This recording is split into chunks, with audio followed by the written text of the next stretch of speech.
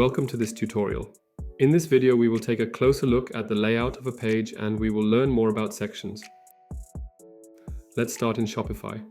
You can see that the structure contains three main elements: the header, the template, and also the footer. The header and footer sections are global, meaning if you change their content in one spot, it is changed everywhere. Think of them like normal components in Webflow. So when I am changing the text here, it's also changed on the other page.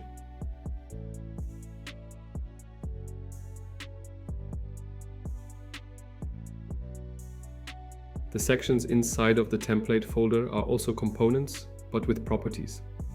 These sections can be added, removed, or adjusted in position.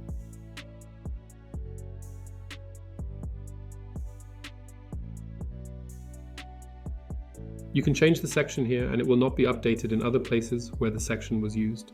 It functions like in Webflow. I am changing the heading here on the home page. If we check the other pages, the heading was not changed there. This makes it perfect for sections that you want to reuse with different content. How do we know what's global and what's not? To figure this out, it makes sense to have a look at Webflow. The element that is important for us is the LI content for layout element. Everything that is inside here is not global. Everything that is outside of LI content for layout is global and can't be removed. In this case, the header and the footer.